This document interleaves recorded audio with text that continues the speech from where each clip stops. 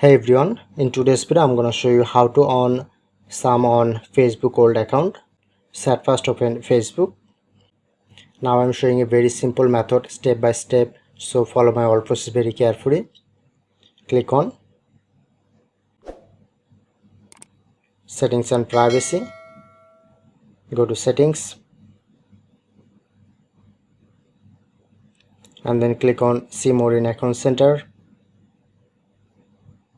Click on to profile, select Facebook and then showing a to name option, just click on. Look here, the name has three parts: first name, middle name and the last name or your name. Just remove this your name.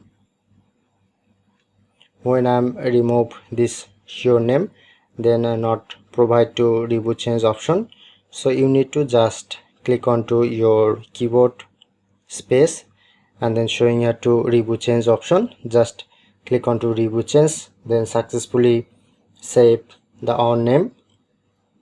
So that's it, that's how you can do it. If in this video helpful, please hit the like button and subscribe our tutorial channel for more video.